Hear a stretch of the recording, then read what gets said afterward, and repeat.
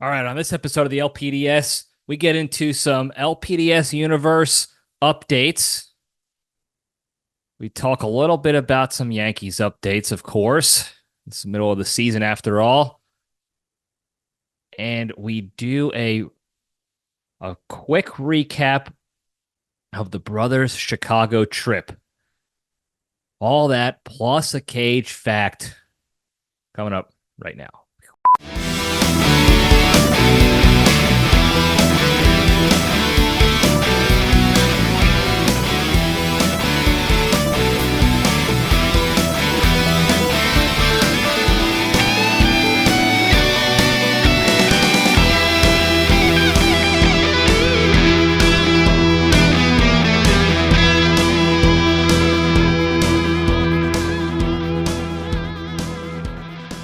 All right, Jabronis, we're back. Welcome back to the Libretti Podcast Diary Show. I'm your host, Libretti, show that talks about nothing but tries to find the lessons and everything. We have a good time doing it. At least I do, anyway. I don't know about you guys. Some of you keep listening, so some of you don't, and you let me know on the hotline. And if you're interested in calling the hotline, it's 202-670-1114, and we'll get some, we'll get your voicemails on here. We'll answer some questions and listen to your comedy bits and trolls and what have yous. So, with that, though, hope everybody had a good week. I sure did.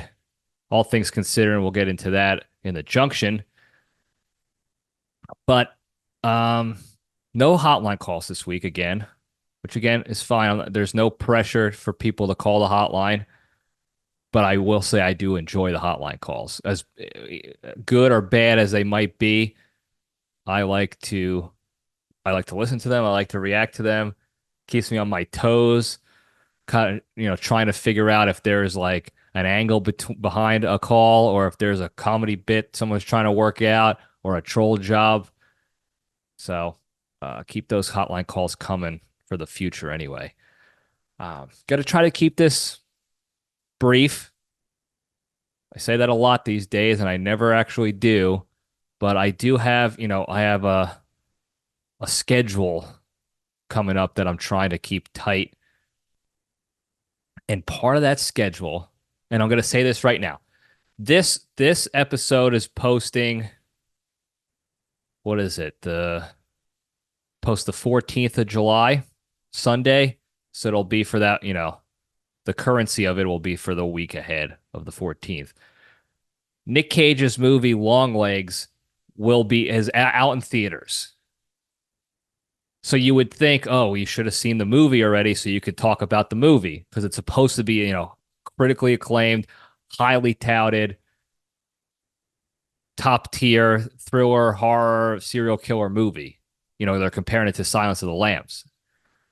I am purposely recording this before going to see the movie because I want to talk about the Chicago trip. I don't want the Chicago trip recap to take a back seat to a Nic Cage movie. And anything just about will take a back seat to a Nic Cage movie on this show. So I didn't want to do that because we had a good trip. We'll talk about it, like I said, in the Junction. And we can, you'll find out if we hit all of our goals in the food realm. So I did not see the movie yet. By time this posts and you're listening or watching this on YouTube land, I will have seen the movie. I have a schedule to go see the movie later. But I wanted to make sure that I give the appropriate amount of attention and effort to our Chicago trip that the brothers, just had finished up. Now, before we get to the Junction and the good stuff, got a couple little updates for you. Do you remember? I don't remember exactly how long ago, a couple weeks ago, I talked about this bum in the neighborhood that knocked on my neighbor's door, and I thought he was going to break in, and I was ready with the bat to go take him out and protect my neighbor. Well, I got an update on the bum because I saw him again. Once again, I'm putting dishes away in my kitchen, and I have the window right in front of my sink, and I can see the eastern ingress to the neighborhood, so I can see enemies on that side of the compound. And there's the bum again. This time he's on a bike. Like I said, I've seen him before. Sometimes he's on a bike, sometimes he's in a vehicle, like a fake busted up vehicle, and sometimes he's walking with a backpack like he's a hiker. He was on his bike this time. I've got a good tracking, a good pattern of life built for this fella, as far as his different characters that he plays: biker, hiker, broken down car victim, or whatever.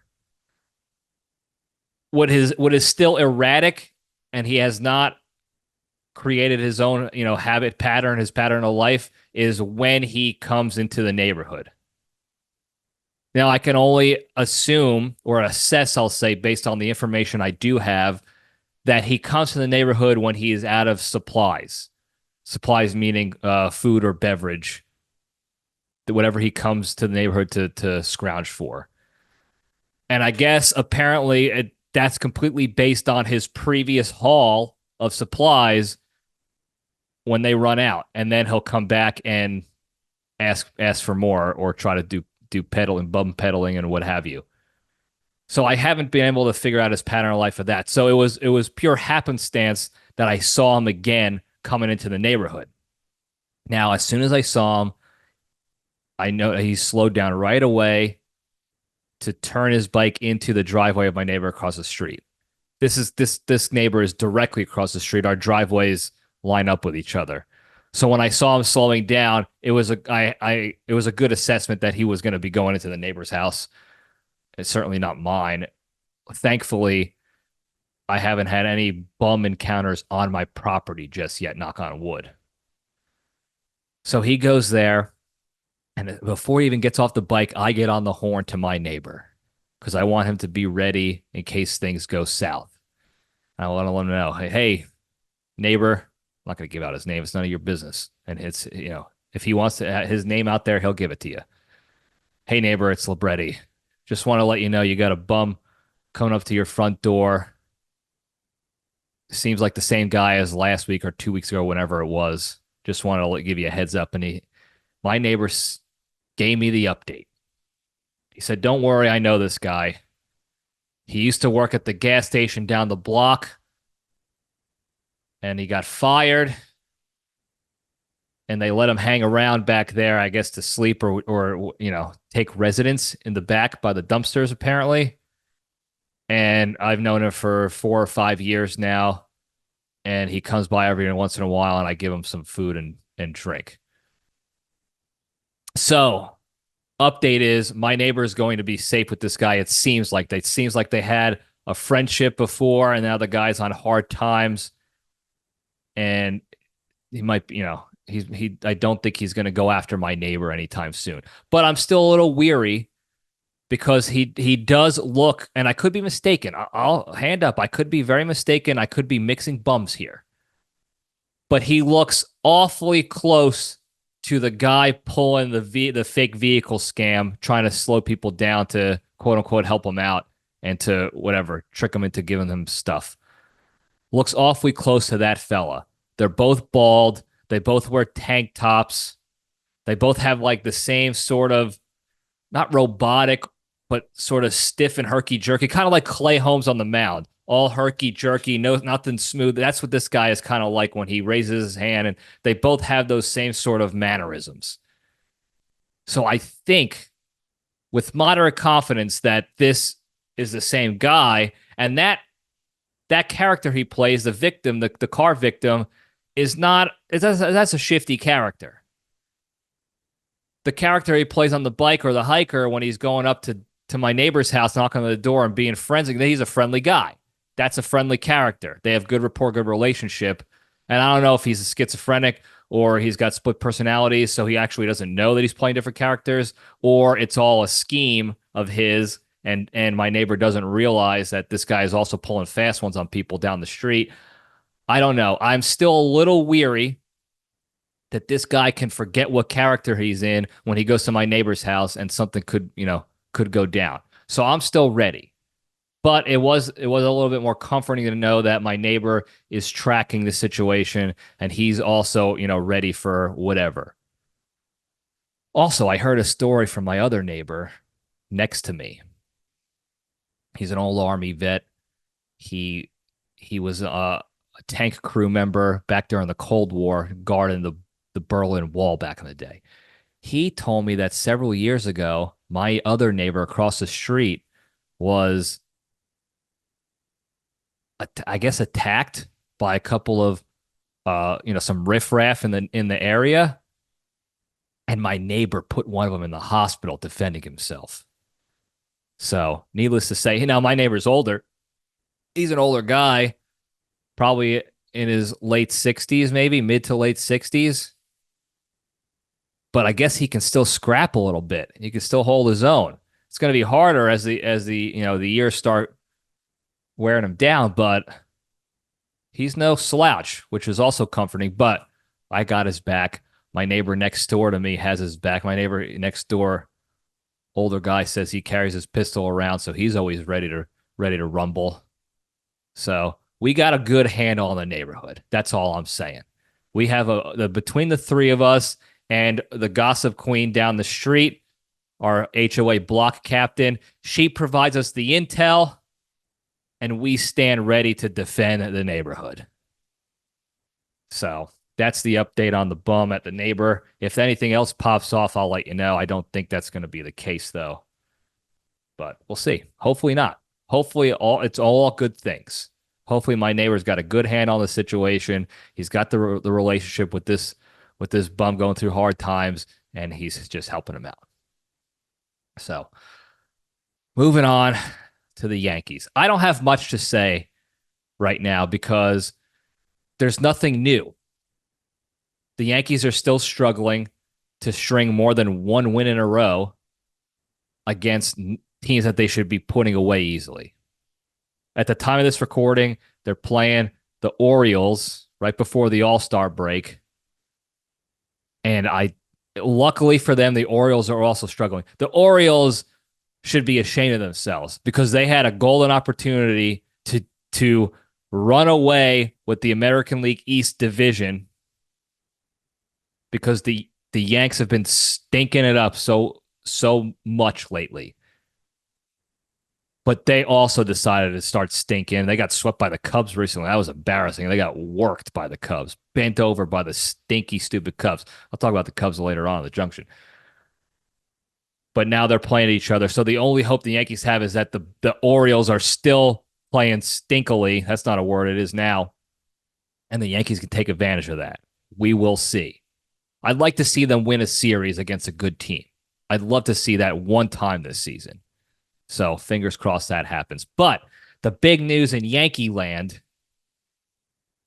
is that cardiac Clay Holmes made the All-Star team. I don't know how. I don't know what these voters are watching. Or maybe they're just going off the blind numbers, which we've already proven without a shadow of a doubt, without a shadow of a doubt, that his numbers are fraudulent. They absolutely do not line up with how he actually pitches when he gets on the mound. They call him Cardiac Clay for a reason. I didn't make up that name.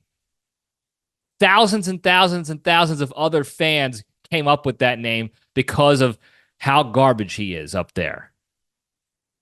And this is not a knock on him as a human being. And I've said it time and time again. I think his pure talent-wise and the pitches that he has, there's no reason why he should be this bad and this inconsistent and this much of a liability at the closing position. He's got all the talent in the world. He's got the pitches. I can't figure that out. Anyway, he got voted for the All-Star team. And let me tell you something. When the MLB posted that, I went right to the comments. To see what people were saying. And sure as shit, basically every comment was like, oh, I guess the American League just wants to lose in the ninth this year. Cardiac Clay, how did this happen? Why is he in? This is going to be a terrible game if he's pitching. Nothing good about him as a pitcher. Luckily, nobody took any jabs at him as a human being, as a person. But man, oh man, who voted for him? Now, we did talk about previously that there are some people out there that are like, that's my closer. He's my guy. And we've already, shown that those people are either just blindly loyal to anybody who's in pinstripes whenever they're actually in pinstripes, or they don't know ball. They don't know seams. Baseball seams. Seam. That's what they call it in the league. If you know baseball, you know seam. They clearly don't know seam. They don't know nothing about seam. That's my closer. Now, we were spoiled with Mariano Rivera. As a Yankees fandom, we were spoiled having Mariano Rivera, the literal best closer in the history of baseball, on the team. Guy was guaranteed. And yeah, he blew some saves, got some losses. Like, I can think of 2 off the top of my head. That's it. That's how good he was. Clay Holmes, as of 2 days ago, got his first save in a month. He went a full month. Every time he went in for a full month straight, he blew the game. Now, he didn't pitch every single game in that month. I think he pitched 5 or 6 games. That's how bad the Yankees have been. They had a couple games where they won by a lot, but most of the games they've been losing, and they don't need their closer to come secure a win. But a couple games, I think 5 or 6 games in the last month. So we're talking almost 30 games. He blew them all. And he finally got a save. Now, he got the save. It was a 4-out save. He got credited with the save. But Trent Grisham is the one who saved his ass in the 8th inning for that first out, because 4-out save is you pitch the last out of the 8th, 3 in the 9th for all you non-baseball folks out there. Trent Grisham saved his ass in the 8th inning when he gave up a piss rod to right center field that would have been an easy triple, blowing the lead and blowing the game. Grisham tracked it down. He made it look easy. He made it look like a routine fly ball, but it was absolutely not. And he saved that game. Also, Trent Grisham got the only 2 RBIs of the game. They were up 2-1. They would have lost that game for sure if he wasn't out there in the field or at the plate. So once again, proving that Clay Holmes' numbers absolutely do not match what he's doing on the mound, his actions on the mound. It's crazy to me. I'd never seen anything like it, actually. I mean, you could probably go back and look at previous, times in history of baseball where this has happened, but I can't, because I haven't actively been looking for it. I can't remember the last time I saw a player with such good numbers actually be playing so poorly and getting bailed out by the rest of his team on a constant basis. It's crazy to me. That's the most impressive thing about Clay Holmes, is that for whatever reason, when he goes out there, the team just goes full throttle. Like, they redline it because they know, oh crap, we better be on our best game out here because this guy is going to give up hits. I don't know if that's it. Either way, he has no business being. They just must have looked at numbers alone. He has no business being in the All-Star game. He's probably a really nice guy, and I don't want to dog on him as a human being, as a person. He probably has a wife and a kid, maybe a couple kids, maybe a dog. Maybe he likes cats. He probably likes cats because he wears arm prints, so maybe he's covering up cat scratches when the cat's doing bacon biscuits on his arm at night. So that's why he wears the arm prints. I don't know. He's probably a cat guy. I'm sure he's a nice fella. If I saw him on the streets, I would go up and shake his hand, and I would probably tell him something like, listen, man, you got so much natural ability. You got to get your confidence. You got to get your mind right. It's got to be a mental thing. I would definitely not dog on him. I would not trash him out there in public. He's, like I said, he seems like a genuinely nice guy. He seems like he's trying and he does care, but he just has zero confidence in his own abilities.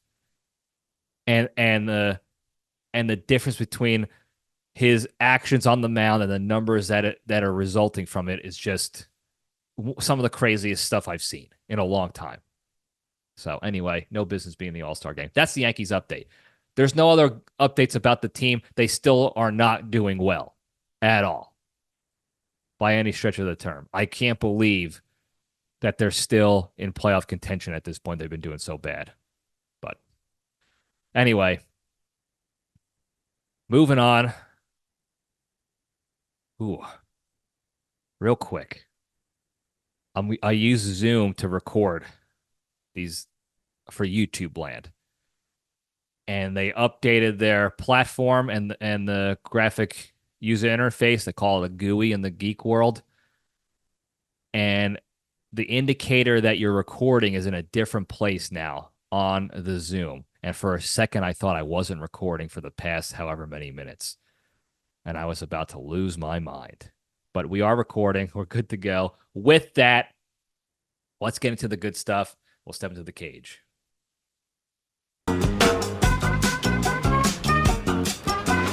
Okay, let's run. All right. Today's Into the Cage segment is proudly sponsored by Goodbye Toby, the Michael Scott cover album.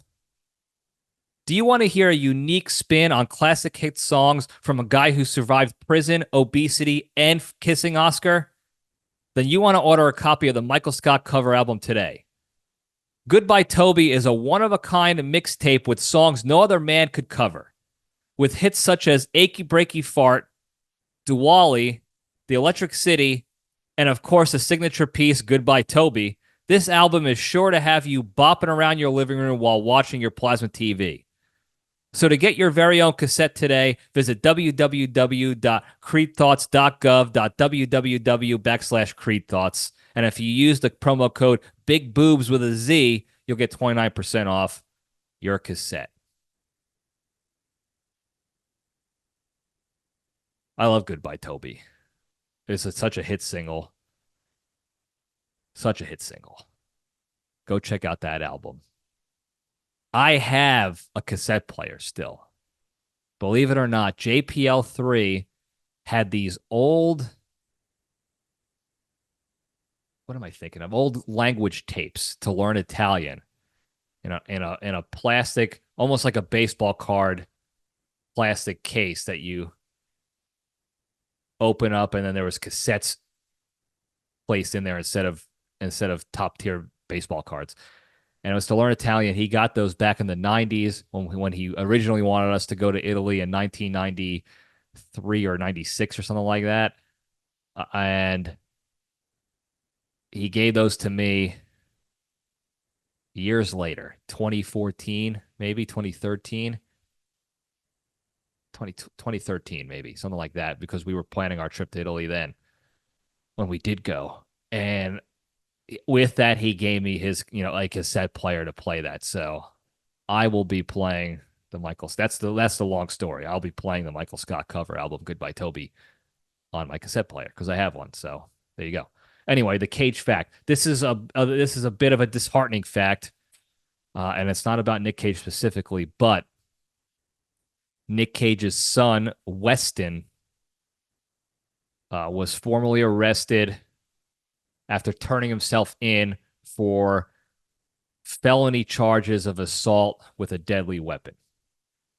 Now, they did not provide details of what weapon it was, if they were considering his hands as deadly weapons or not, but they said that he was in an altercation, he was in an argument with his mother, and I guess somebody else was there too, because then it got violent and he started hitting people, punching people repeatedly. Now, they never said, they didn't specify that it was his mother he hit. They didn't specify anything about the other people around that were part of this argument and altercation. And again, they didn't specify a weapon. They just said he repeatedly punched. And they said punched. people in this altercation, and then he was charged, so he turned himself in. He's out on bond now, but that's what we got. That's what he got going on now. He's dealt with alcoholism in the past. I think back in 2016, 2017, he checked himself into like a rehab facility, and then he had kids, and he said that's helped him in his sobriety journey. And I don't know if he fell off the wagon or what happened, what set this off recently, but not great. Obviously you don't want to see this for your heroes and their family members, but we have to talk about the funny in this a little bit. Now, the funny is not the altercation with his family members and fighting people. That's not funny, and the arrest is not funny. None of that is funny, and the trauma that's going through, with his kids and his family that have to be, take the backlash of this as well. None of that's funny. Here's what's funny, folks. Okay, stay with me now. And some of you, I know you're already picking up on this from what I previously said about this. I know you're picking up on this, but I'm going to explain it like everybody's 4 years old anyway. They said he was arrested for assault with a deadly weapon, felony assault with a deadly weapon. Okay, and they only mentioned punches. So you can only assess based on the little information that you have. The assessment you can make is that they're calling his hands, his fists, deadly weapons. Okay? Follow me, fellas. In the movie Con Air, Nic Cage's character, Cameron Poe, goes to prison for killing a guy with his bare hands. And because of his training as a Green Beret or the Delta guy, whatever, they considered his hands to be deadly weapons. So he was convicted of manslaughter or assault with a deadly weapon, his hands. So you have to feel like just a little bit of Nic Cage smile, just a little bit. None of this is funny, folks. Listen to me. This is a serious situation, okay? You never want to be involved in a family, a domestic dispute that involves assault with deadly weapons and fighting and arrest. Not funny stuff, serious stuff. But maybe just a little smile. Maybe there was a little smirk from the great one, from NC, thinking like, I guess he really is a chip off the old block. Maybe just a little bit. Maybe it's just me. Maybe that's because my self-defense mechanism is finding the humor in everything, especially dark, sadistic humor, war pain humor, stuff like that. That's how we coped with, being in war. I don't know. Maybe it's me. I'll wear it if it's me. If I'm the only one who thought that was just a little bit funny, the irony there, just a little bit funny. If I'm the only one, that's fine. I'll wear it. You could tell me in the comments. You can call the hotline and lambast me and take me down and yell at me and try to cancel me for thinking any part of this is funny. I'll wear it. Okay? But just a little bit funny. It's just a little bit funny to me.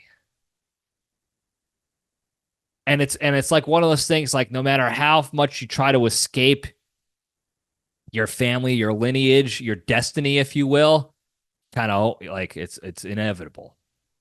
You always come back. You always end up being like your family, your old man.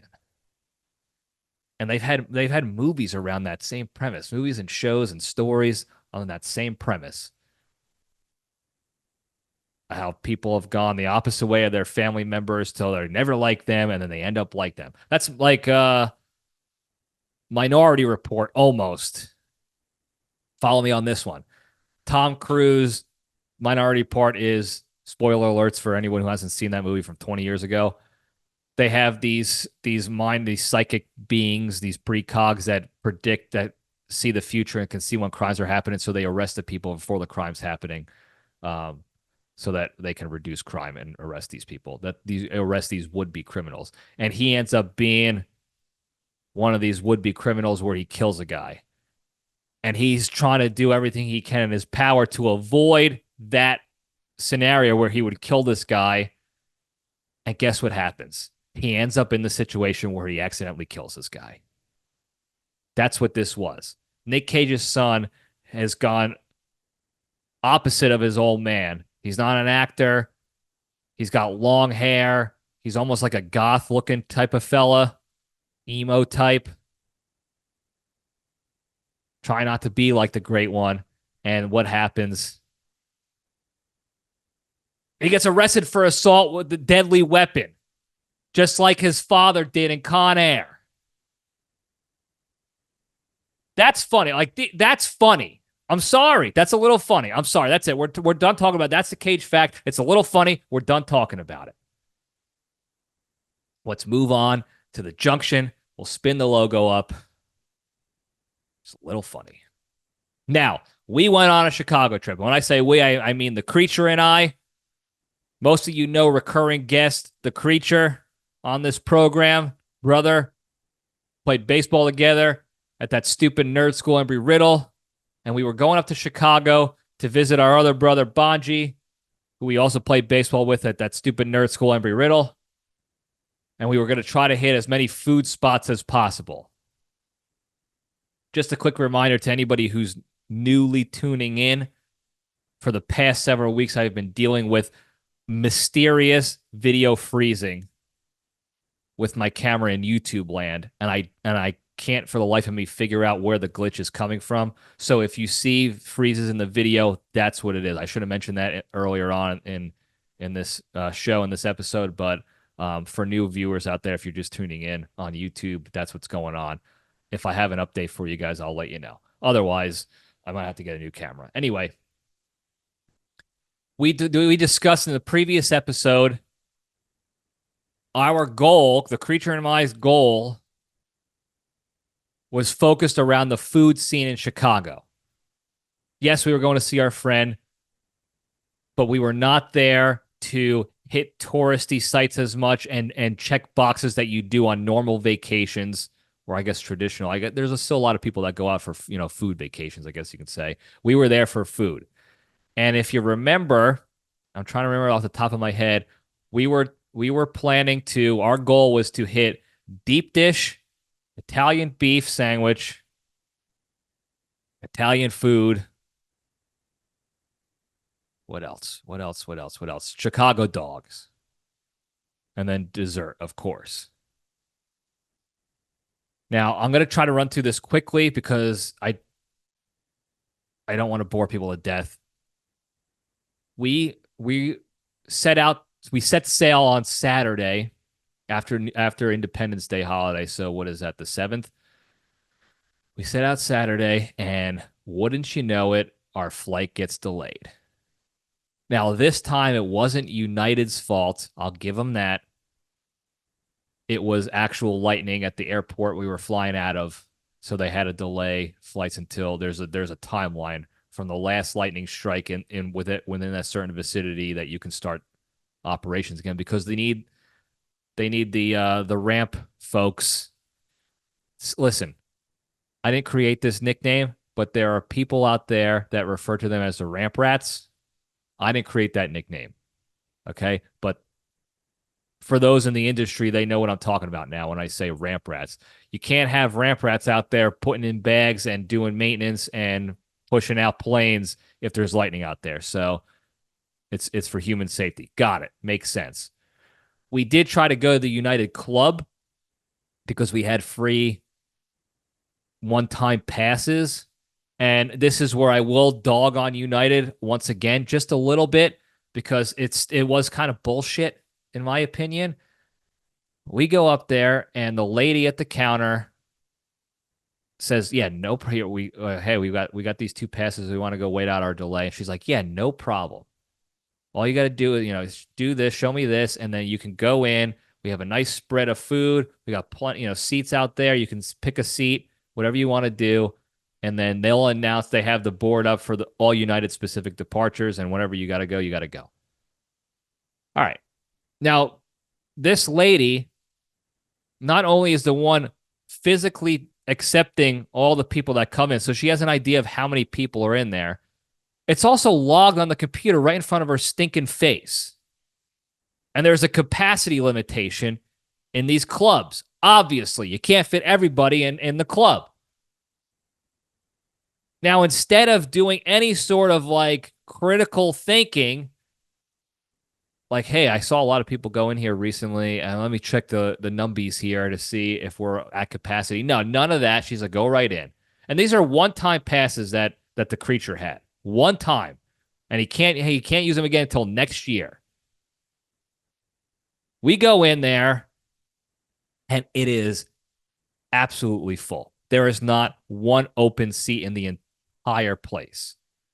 We look around for about 10 minutes, and finally, we found seats. Now, I say seats because on the technicality, they were seats. But they were the broken computer chairs in the back corner of their little individual, like, computer, laptop, library-style cubicles, little huts, if you will, dungeons, nooks, in the back corner by the bathrooms. And they were there for people who wanted to plug in and use a desk space as opposed to just sitting on their nice, comfy chairs that also had plug-in options to charge their computers and phones. These were old, dilapidated. The chairs were all broken. My chair, I had to either sit stiff straight up, or if I tried to recline back with the little elastic back recline action, I fell backwards. The back of the chair fell off. Creature, similar situation with his chair. And then right next to us was this lady who was talking on the phone. And it was almost like we thought she was trying to talk to us from 2 cubicles down. That's how loud she was speaking. So, and we just sat there staring at this blank wall for 45 minutes waiting for our flight, wasting away that pass, all because this lady didn't do her job very well. Now, I know I'm going to catch shit from all my friends who work for United and say, now you're just whining and stuff, whatever. And I know you don't work particularly in the United Club, that section, got it, whatever, don't care. I'm making the case. I'm just connecting all the little pieces, all the individual issues with this company. That's what I'm making mention of. In the moment, I wasn't heated. I wasn't huffing and puffing. I wasn't crying and whining. I got my free coffee while I waited. At least they had good coffee there. They had Illy brand, ILOY, Italian, pretty decent cup of Joe right there. I was fine, but I have to make note of it. Like, it was just like add it to the list of things that United stinks at. They can't even appropriately take care of their VIP folks who pay extra to get these amenities, mind you. The creature is part of the mileage club, and with that comes these passes once a year. So it says quote unquote free, but he had to be part of the club to do that.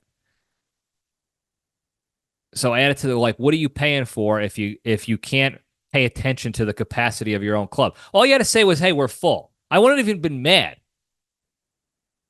You can't be mad like, oh, these people can't even figure it out. They're always full. No. If they're always full, it's usually one of 2 reasons why. Now, it's probably the bad reason, but the good reason is that it's such a good club, people are signing up to join in. The bad reason is because so many United flights are getting delayed on a regular basis because they stink that people are just going to wait in the club and then it fills up. The other bad reason is that airlines, all the companies now just make it so easy for anyone to be a club member. It's taken away the exclusivity of the whole thing. And now any Joe McNutsack can just sign up, pay a couple bucks, and now they're considered VIP. It waters down what VIP means, in my opinion. So, whatever. We actually get off, we finally take off. We get in late. We don't land until maybe 10 p.m. So our initial first plan to go find a particular place to eat. We thought initially, well, that's gone. We wanted to get, pizza somewhere, and all the places were closed. But it was almost like an oasis in the desert, like a miracle that we saw. Right down the street from our hotel was the famous Portillo's. Now, if you're not tracking the Chicago food scene, Portillo's is a mainstay. It's sort of a tourist attraction, but not really. It's big enough, and they still make pretty damn good food in there that even though it's a big place, they're still able to make quality food. Portillo's makes a whole bunch of stuff. Italian beef sandwiches, Chicago dogs. They make burgers. They make the Italian sausage sandwiches. They have desserts there. And they're open till 1 a.m. So we walk our happy asses over there. And when I tell you we ate all of that in the first night, we ate all of that in the first night. We walked up thinking we'll get a Chicago dog right off the bat, or Italian beef. I think it was actually Italian beef. And we get there and we see they make everything. So our first round up, Chicago dog. And when you say Chicago dog, it's automatically like fully loaded with the stuff they have on there. The green relish that they have, like that bright green relish, tomato, these little peppers, I forgot what they're called, pickle, all the how you doings. It's great. So when you say Chicago dog, that's what you like, that's expected. It's going to come fully loaded. Now, I tell you this for a reason. Creature orders his Chicago dog, and then he orders the Italian beef. And he says Italian beef, and then his cashier asks him, what do you want? You want everything? I think he said, what do you want? And then Creature replied with, what's everything? Give me everything. Okay? My cashier did not ask that. All I said was, I'm going to have, I pointed at Creature. I was like, well, I'll have what he's having, Chicago dog and Italian beef. And my cashier said, okay. And I got a cup of water, too. She gave me the receipt. They call my number. They call Creature's number. We take our stuff out. These things, by the way, are soaking through the paper that they're folded up in, which is great. Okay. I pop out my Chicago dog. Delicious. Okay. Each bite of the dog had a snap to it. It was phenomenal. I don't know exactly how Portillo's cook their dogs, but every bite, even though it was loaded up with stuff and the bread could have got, like, everything could have been soggy and made that thing a flimsy looking dog. Delicious. And I'm from the Northeast. Okay. I've been living off of basically New York style hot dogs my entire life when it comes to the hot dog game. Chicago's got them. Chicago dogs are better than New York hot dogs. I'm sorry. And I'm biased to New York in almost every other way. Chicago dogs are it. So we chow down on that. Creature opens up his Italian beef, and it's got peppers. It's got gravy on it. The thing's looking fresh. It's looking tremendous. I open up my Italian beef, and it's just beef and bread. Dried beef, dried bread. Like I was in the trenches of D-Day after the D-Day invasion, and this is the slop that they have, the sandwiches that they had for us after. Like you saw on Saving Private Ryan, just that bread and meat. That's what it was like. There was nothing. There was no gravy. There was no peppers, no nothing.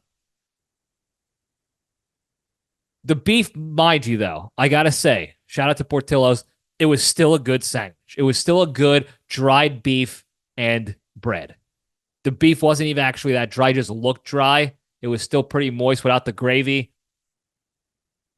Still enjoyed it, but I did, it was a little cotton-mouthy afterwards. So I thought, well, I'm clearly a rookie here. Don't know what I'm doing. Got it. Well, we go out for round 2. 2 and 3, really, because we got milkshakes on round 2. Round 2, we were going to try the Italian sausage.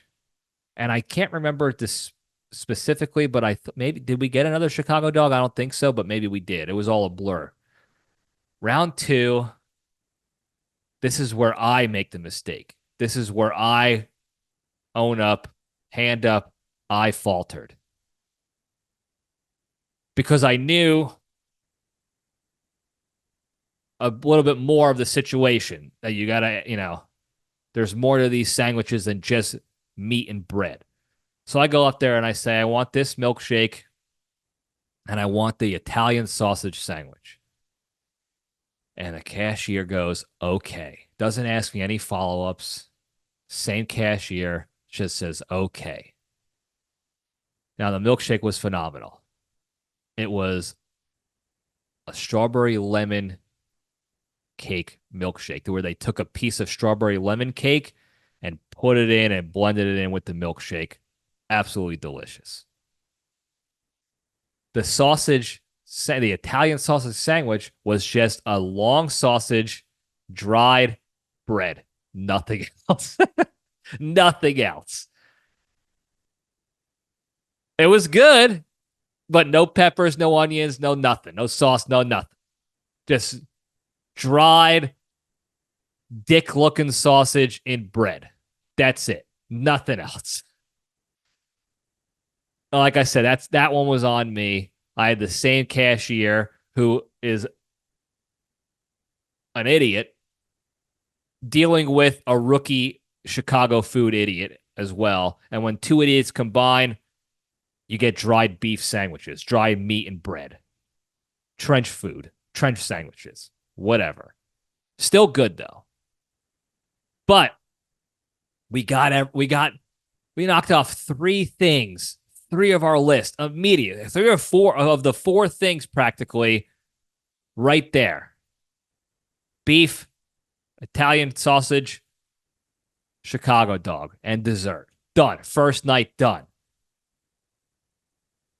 Next day, the goal of that day. Was it that day? Let me think. Hold on. Stand by, folks. Let me think about this for a second. Yeah. The goal the next day was deep dish pizza. Okay. We went to a Cubs game first, but the goal that day was deep dish pizza. Now, we got a nice bratwurst at this bar outside the stadium. Bonji, our brother, lives right down the block from the stadium. You can see it from his window. It's right across the street.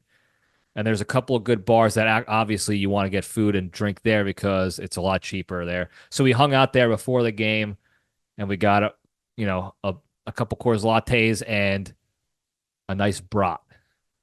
Good brat. Strong brat. We go to the game, whatever. We stay for a few innings. One thing I didn't like, well, I don't like the Cubs. They stink. And for whatever, the Midwest crowd, I'll say this, they're very nice people. They're very nice people, but mind your business. Okay? Me and Creature were having a loud conversation. Basically how we talk to each other every time we're together. We're talking about a subject. We get passionate about it. We're disagreeing. We're getting loud. We're best friends. We're brothers. That's how you talk. That's how we talk.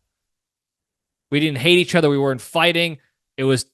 That's what we do. In our little friend circle, we shit talk each other. We talk loudly. We do a lot of hand stuff.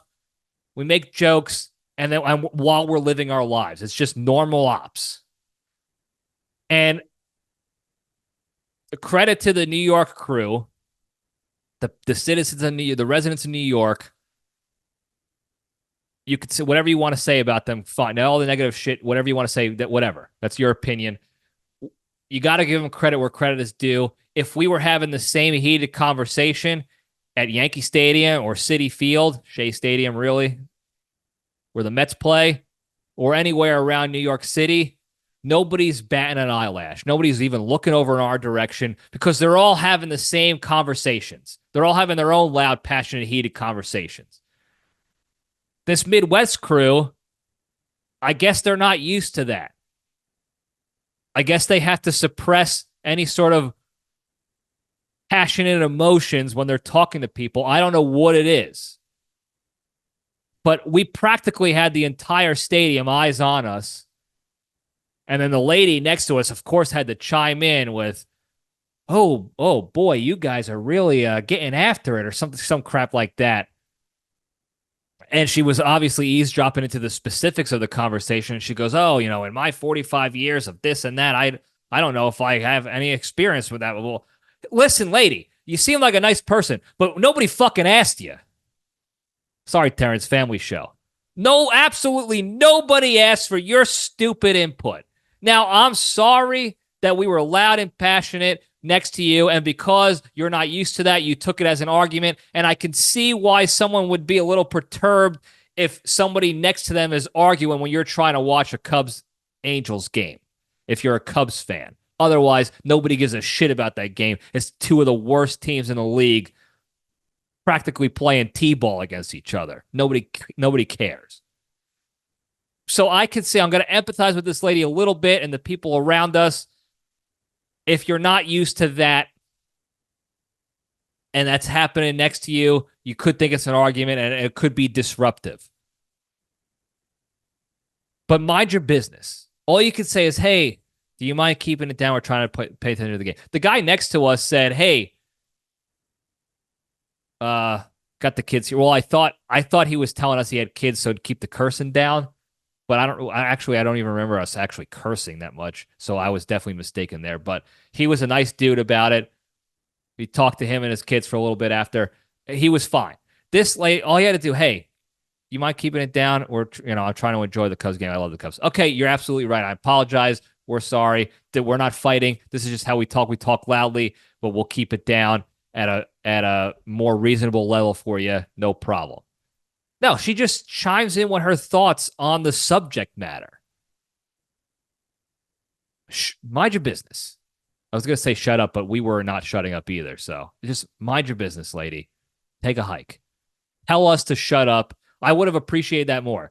Hey, shut the hell up. I'm watching this shit garbage game.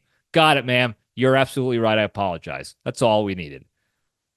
So I will say that like they're very nice people in the Midwest, but clearly they've never been outside that area before because they could not handle loud conversation. They could not handle passionate conversation at a stadium, no less. Now, it's got to say something that we were louder than every other fan out there, and we weren't even fans of either of the teams. So maybe the Cubs faithful has to do a little bit better. Maybe they need a little bit more passion and fire under their asses. I don't know. Regardless, that was basically the game. We stayed for a few innings. We didn't buy anything at the stadium, inside the stadium. We just wanted to check the box. We got the stadium off the list. Wrigley, cool, bye, see ya. We went to our next food stop. I'm trying to remember where we went for food after the game. Maybe I think we just went for a couple of drinks because we were saving up for deep dish. And then Bonji found us a place that one of the things we wanted was a good Chicago deep dish, but not at a tourist trap. Because it's really not as good. Maybe it was one of the original places, or it's a big name like Pat's and Gino's Steakhouse. We talked about this. We didn't want a Pat's and Gino's Philly cheesesteak situation over in Chicago with the deep dish. So he found us a place. The pizza was phenomenal. I got a pepperoni and meatball. I got the small individual size. I forgot what they called it. Personal pan, I guess. And it was delicious, and it filled me up.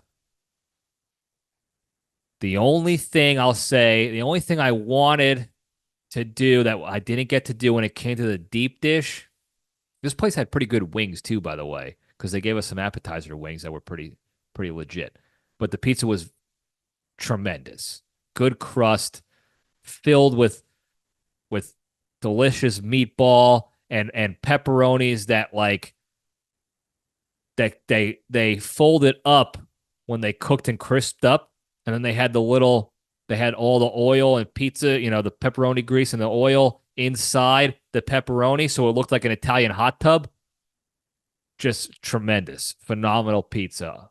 The only thing that was I was slightly disappointed by, and it's nothing against this pizza place or anything, it's just how their style is. I want, I still want the plain deep dish. I want no toppings. I just want cheese under the sauce. I want to look at the deep dish and it's just sauce on top, and then you cut into that, and there's cheese on the bottom, cheese under the sauce. The cheese is under the sauce. That is what I want. I had to get toppings and stuff at this place because they were just so good. I couldn't not. I couldn't just waste a deep dish on my first deep dish on a plain only, especially when it's a thick pizza, thin New York style pizza, New Haven style. I'll go plain every day. That's my jam when it comes to thin New York style or New Haven style pizza. And I'll take down a whole pie, no problem. When it comes to deep dish, that's a different meal. That's not pizza. That's a meal. So I wanted some protein with it, some meat on the bones there. But I still wanted to try. I want to go to like the original Uno, Pizzeria Uno, and get the cheese under the sauce. And we just didn't have time this time to go. We have an excuse to go back. But the deep dish, phenomenal, checked it off. The next day, we went on a little bit more of an adventurous run around town. We got a really good burger, a very good burger at this one restaurant for lunch. It had delicious, like almost like candied bacon on top. It wasn't, but they put a little like brown sugar or something on it. Man, was that bacon good. It was thick. It was juicy. They cooked just right. That burger, it really hit the spot. Is it the best burger I've ever had? It's tough to say now. It's top 10 maybe. My top burgers are usually ones that like are consistently that good. And I'm very strange with the burgers I like. I actually prefer burgers that are like thinner and more on the charred side, almost like you get at a family barbecue.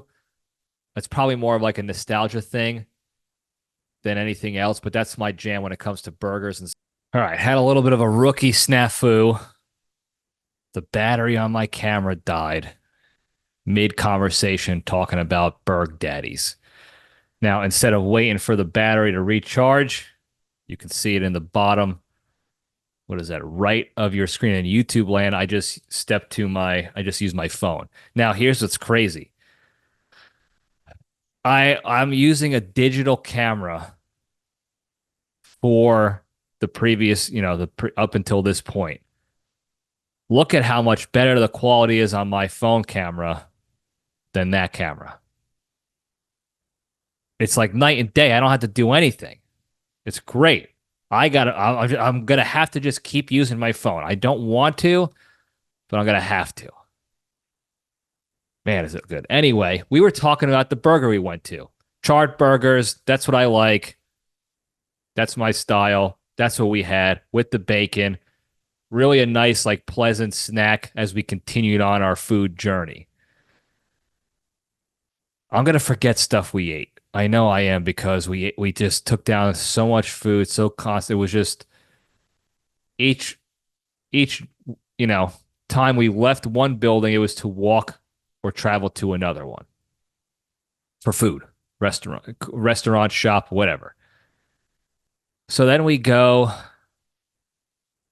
to this other pizza joint, and this had tavern style, sort of New Haven style pizza. Thin crust, another snack lunch pizza that we wanted to take on. Did we get anything else in between that? I can't fully remember. Probably did. Oh, yes, we did. Damn it. We went to another beef place. We went to Mr. Beef. Did we go to Al's Beef too? I don't remember. Maybe we did. Well, we definitely went to Mr. Beef. And we got a fully loaded Italian beef sandwich and Italian sausage. I think it was a combo, actually. It was a combo Italian beef and sausage, fully loaded this time. Sauce, gravy, peppers, the whole nine. Phenomenal. Just phenomenal. Got a couple of snack fries from the creature there. And apparently, I didn't know this until we were there, but apparently that is the place that they modeled, I guess, in the first season of that show, The Bear, about the chef. I forgot the guy's name. He plays Lip in Shameless, in the show Shameless. It's on Netflix now. Maybe it was always on Netflix only, but Shameless, he played Lip. He was in the movie about the wrestling family. Ooh, look at that, the thumbs up.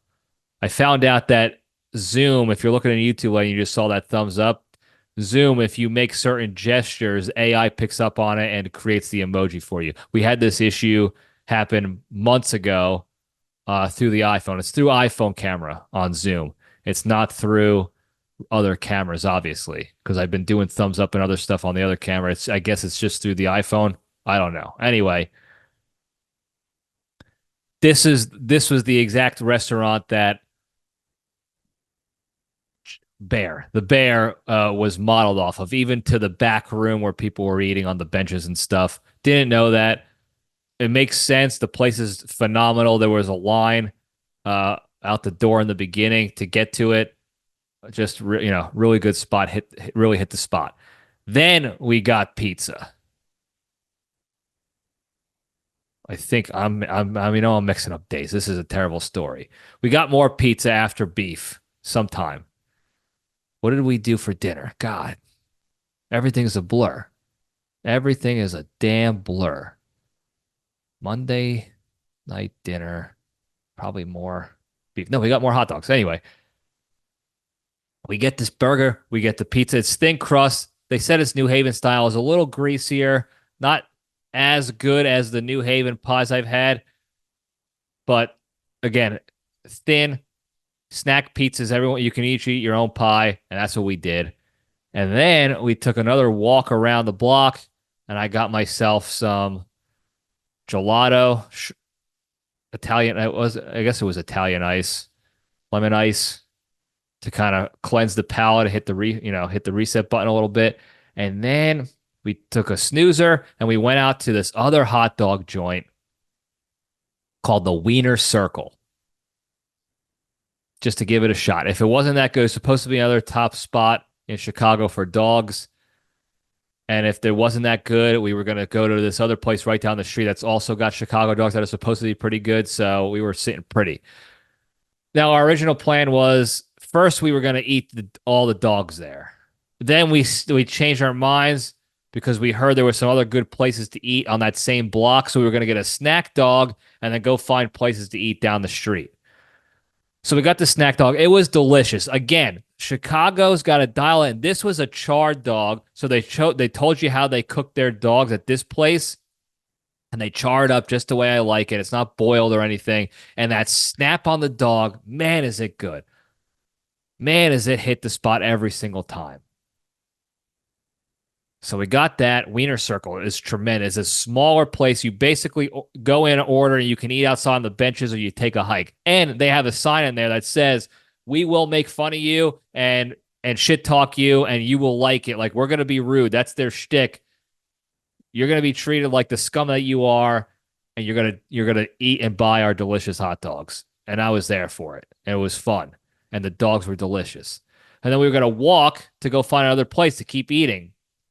Well, we ended up at a bar instead, and then the night had to come to a close because our brother Bonji had to go work and do stuff the next day, and we had a super early flight the next Tuesday morning, but we were still hungry. We were not done yet. So we get back to our hotel, and we're jonesing for desserts and other food. We want to get this one donut place. Apparently was making donut ice cream sandwiches. So we're like, we're walking there. We walk down the street to this place. It closes in 35 minutes. We asked the guy, hey, are you still open? Can we still order stuff here? We don't want to intrude. We don't want to create extra work for you guys, but do you still have donuts and stuff that we can order before you guys close? We tried to be nice about it because, when you're at restaurants that have to cook food, when you're within 30 minutes, I got it. It's a pain in the ass. Now you can argue, well, then don't stay open that late or whatever it is. But anyway, this is a donut place. They offer donuts and then ice cream donut sandwiches. Sandwiches of ice cream with the donut as the bread, if you will. Okay. Nothing they had to cook or make. All the donuts were already out there, laid out and ready. You know, they didn't have to make fresh donuts or anything. Certainly weren't making ice cream. And this little cheese dick kid goes, "Yeah, just to let you know, we're not making any more things with ice cream for the night. It's just donuts." Well, that's why we came here, fella. And again, why are you opening? Why are you staying open this late if you have a limited menu? And again, we weren't inconveniencing you by having you make something new. Ice cream is already made. It's in the freezer. You just got to scoop it onto one donut and then place another donut on top. The donuts were also already made. What are we doing here? We still got a snack donut, though. I got a jelly donut. I forgot what the creature got, sprinkles or something. We got a snack donut. It didn't do enough, though. So we go right back to Portillo's down the block. We get another hot dog. We get another Italian beef. We get another milkshake. And then the next morning, we thought for sure our flight was going to get canceled or delayed because over in Texas, at the same exact time we were in Chicago, a hurricane is hitting right over Houston, where we had to fly into. The eye of the storm is over Houston. But luckily, by some miracle, ours was like one of the only flights that went off on time. It was like karma finally was going in our favor, I guess. The United Airlines people heard us complaining enough and were like, fine, well, shut up. Just take this flight on time for once. And we got in and we had to navigate the post-hurricane scene of no power and water at some places. Luckily, the LPDS compound maintained power, electricity the entire time. No damage to the house. The compound is secure. The only thing that happened is my fence moved a little. It kind of tilted just a little bit from the strong wind. So I just had to go out and reshore up the pillars, the beams on the fence. Easy day. Creature had some power outage issues. We got that figured out and handled, and we were back to banging again in old Texas heat. So overall, we got everything done on our list. And you can go back to the previous episodes to verify that what we said we wanted to do and then what I just told you, we got it all done. Again, the only thing that I wanted was another deep dish that was cheese under the sauce. And I'll go back there again. There's more stuff that we didn't know existed up there in the Chicago food scene. More Italian restaurants that we wanted to hit and check out. I want to check out the steaks that they got. They got the Morton Salt Factory or warehouses there, salt plant or whatever. So they got a Morton Steakhouse. They got pretty good steaks there. I'm curious how their seafood is. So, and we gotta go back to that donut place and get a donut ice cream sandwich. Has to be done. So we'll go back there soon enough to keep knocking off things off our food list. But that's a good trip for me. And for the creature too. We went to go see the Chicago Bean, because it was walking distance from our hotel. And we went to Wrigley because we want to check off MLB stadiums, but we were not doing any other touristy things. People were offering, oh, you should go take this architecture tour and this and that, which all sounds awesome, but that was not the point of our trip. The point of our trip was food. That was a vacation to me. No agenda, just food. That we didn't have to be anywhere at any certain time. All of our money was allocated for food. It was great. And Chicago is a pretty cool town. We didn't get hassled by too many folks. The bums were not aggressively hitting you up and soliciting for money and stuff. They kind of actually just kept to themselves. There wasn't a lot of them. Now, we didn't go to any of the bad parts of Chicago. But I will say this. 2 things about Chicago. Well, 3 things. 1, the buildings are incredible. The architecture and the specific designs, even the newer buildings that are mostly glass, have cool designs to them. And I think maybe New York is trying to get like that again. But for a while, they were going boring-ass buildings. After the Empire State Building, they were going boring-ass buildings for a long time. So that's one good thing. The second was you can actually drive in the city. it was congested. There's a lot of traffic lights and stuff, and people, walking and crossing the street and slowing things down a little bit, but it wasn't completely bumper to bumper stopped shit traffic, people double parking all over the place like they do in New York City. New York City, if you drive in there, you're a sucker. Unless you have to have a car, you're a sucker. Subway system, I guess is called the metro there or whatever it's called, the MTA in Chicago. Not bad. I like New York's better. But traffic around, you can traverse, you can get around the city a lot easier there. Not a lot easier, but easier there. And the third thing is there is a bad part of town in the city, and then there's good parts of the city. Right now, anywhere you go in New York City, you are at risk of getting bum rushed by bums or criminals or druggies or what have yous up there. No matter where you are, the city it's everywhere. You can't go to one place and be like, oh, this is at least a good spot of the city still. Even like back in the 80s, there was still a good part of the city and a crappy part. Anybody could get anywhere in New York right now. And I hate that because I love New York City. But in Chicago, they kept to themselves, and there was a bad part that you didn't go to, and then there's the good parts, which was cool. So all in all, a good trip. I'm excited. I will go back. Would I ever live there? I don't know. If I had a job there, maybe, like if I had to go for a job or something like that, maybe. Or if Marissa Tomei wanted me to move in with her and she lived in Chicago, yeah. Otherwise, I probably wouldn't move there anytime soon. I don't like the winters.